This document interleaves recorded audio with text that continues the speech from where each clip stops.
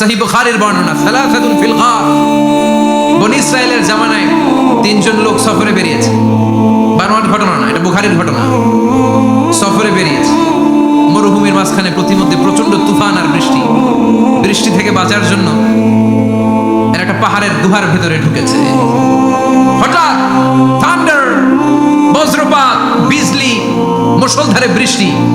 বৃষ্টির পানিতে পিচ্ছিল হয়ে উপর থেকে বিশাল প্রকাণ্ড একটা পাথরের খণ্ড এসে গুহার মুখের মধ্যে আটকে গিয়েছে। যেই গুহার মুখ দিয়ে তারা ঢুকেছে, ওইখানে বিশাল একটা পাথর গড়িয়ে এসে উপর থেকে বলল, অন্ধকার, ভিতরে কোনো আলো নাই, কোনো জনমানব নাই, বাঁচানোর কেউ নাই, কিচ্ছু দেখা যায় না, ঘুটঘুটে অন্ধকার। বাইরে থেকে আলো আর অক্সিজেন যে আসবে ওই সুযোগটাও নাই। তিনজন বুঝে গেল আমাদের মৃত্যু এখানেই হবে, আমাদের কঙ্কালগুলো শত শত বছর এখানে পড়ে থাকবে, কেউ উদ্ধারের জন্য আসবে না, ঠিক না? বাঁচানোর কেউ নাই, অক্সিজেন যতটুকু আছে কিছুক্ষণ পরে এটাও শেষ হয়ে যাবে। তিনজনের একজন বলল, আমাদের বাঁচানোর কেউ নাই, একজন ছাড়া তিনি কে?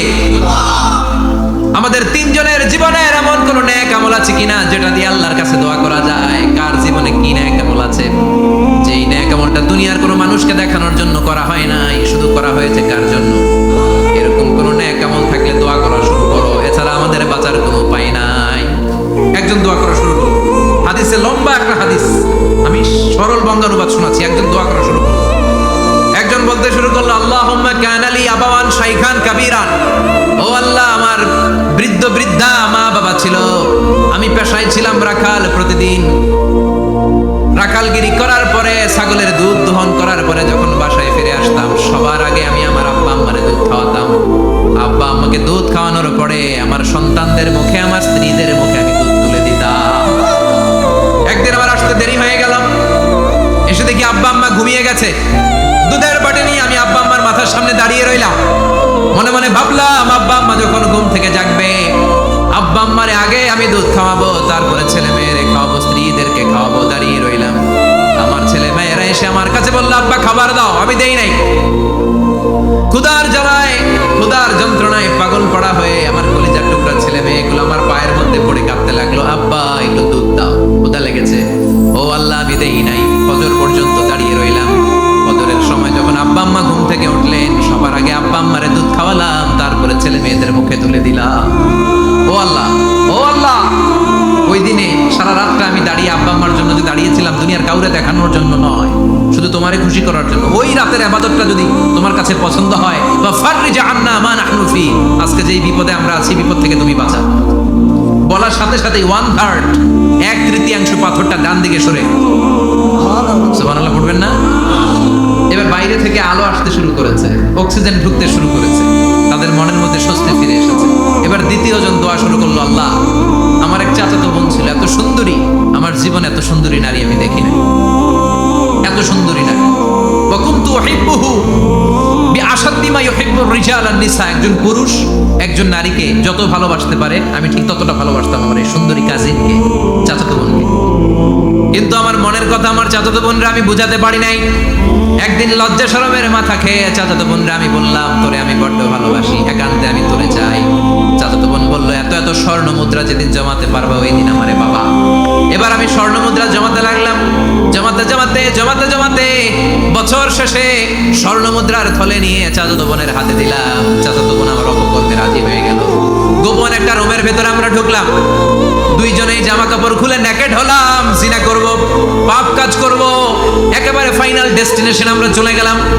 পাপ কাজ যখন আমরা শুরু করব, ইন দা মিন টাইম আমার চাচাতো বোন আমার ডেকে বলে, ও আমার চাচাতো ভাই, ইত্তাকিল্লাহ, ইত্তাকিল্লাহ, আল্লাহরে ভয় কর, আমার সতীত্ব নষ্ট করে দিস না। আল্লাহ ওই মুহূর্ত থেকে ফিরে আসা কোনো পুরুষের পক্ষে সম্ভব ছিল না। ইত্তাকিল্লাহ, এই বাক্যটা শুনে, তোমার আওয়াজ শুনে আমার কলিজার মধ্যে কাঁপুনি ছুটে গিয়েছে। তোমার নাম শুনে আমি আর ধৈর্য ধারণ করতে পারি নাই, চিৎকার মেরে জামা পেড়ে ওই ঘর থেকে বের হয়ে গেলাম।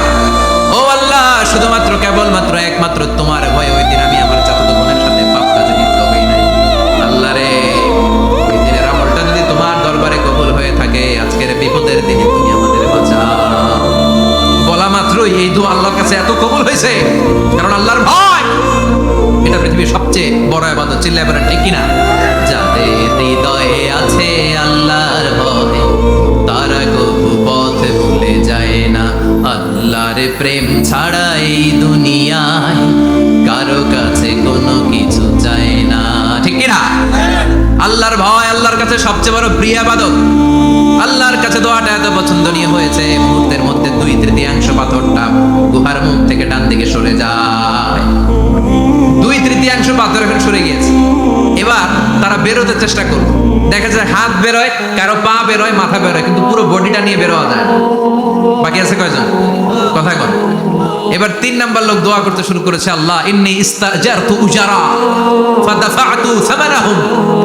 আল্লাহ আমি অনেকগুলো শ্রমিক ভাড়া করেছিলাম, তাদেরকে দিয়ে কাজ করিয়ে তাদের ঘাম শুকিয়ে যাওয়ার আগে প্রত্যেকটা শ্রমিকের পারিশ্রমিক আমি দিয়ে দিয়েছি। সবগুলো শ্রমিক আমার কাছ থেকে পারিশ্রমিক বুঝে নিয়েছে, একজন ছাড়া। একজন না নিয়ে চলে গেছে। তার টাকা তারে আমি বুঝাই দিতে পারি নাই। তার রেখে যাওয়ার টাকা দিয়ে আমি কয়েকটা ছাগল কিনলাম। ওই ছাগল পালতে পালতে বাচ্চা দিল, আরো বাচ্চা দিল, দিতে দিতে বিশাল ছাগলের ডেইরি ফার্ম বানালো। 1 যুগ পরে ওই শ্রমিক এসে বলে, এ আমার মালিক, 12 বছর আগে তোমার কাছে কাজ করেছিলাম, টাকা কিন্তু নেই নাই, টাকা দাও। আমি বললাম, ওই যে বিশাল ছাগলের বড় একটা ডেইরি ফার্ম দেখা যায়, পুরো ডেইরি ফার্ম তোমার, ডেইরি ফার্মটা তুমি নিয়ে যাও। শ্রমিক আমারে বলতে লাগলো, তাস্তাজিউ মিন্নি, আমার সাথে ঠাট্টা করো নাকি? একদিনের পারিশ্রমিক দিয়ে ডেইরি ফার্ম হয় নাকি? যতটুকু টাকা তোমার কাছে আমি 12 বছর আগে পেতাম ততটুকু দিলেই চলবে।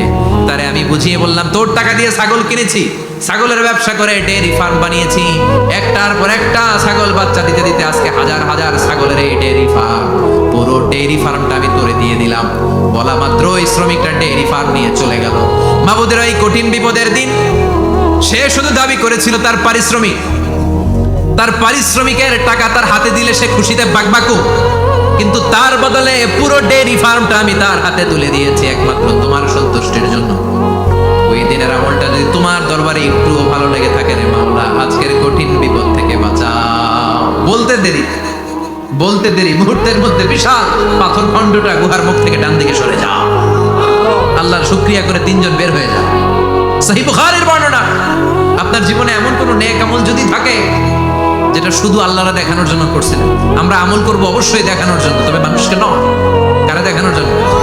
আমাদের সব দেখানো হবে একজনকে, চিল্লায় বলেন তিনি কে? লা ইলাহা ইল্লাল্লাহ। আরেকটা হচ্ছে আল্লাহু আকবার। এই 4টার চেয়ে শ্রেষ্ঠ জিকির আর নাই। কথা বলেন, এটা এই 4টার ভিতরে ইল্লাল্লাহ আছে? কথা বলেন। এজন্য জিকিরকে আমরা খণ্ডিত করব। ঠিক যেমন যেমন সহিহ সুন্নাহ এসেছে তেমন তেমন জিকির করলে আপনার কলিজাটারে ঠান্ডা করে দিবে কে? ইল্লাল্লাহর ব্যাখ্যা থাকতে পারে। অনেকে ব্যাখ্যা করে যে এটার মধ্যে লা ইলাহা আছে, এটাকে গোপন রাখা হয়েছে, আমরা ইল্লাল্লাহ পড়ি না, ওটার দরকার নাই। বিশ্বনবী এবং সাহাবারা যেই পন্থায় জিকির করেছেন, যেই পন্থায় জিকির শিখিয়েছেন, ওইটার ভিতরে বরকত বেশি না কম? কথা বলেন, বেশি না কম? এজন্য বিশ্বনবী বললেন আল্লাহর কাছে প্রিয় কথা 4টা। একটা হলো সুবহানাল্লাহ, দ্বিতীয়টা হলো আলহামদুলিল্লাহ, তৃতীয়টা হলো লা ইলাহা ইল্লাল্লাহ, চতুর্থটা হলো আল্লাহু আকবার।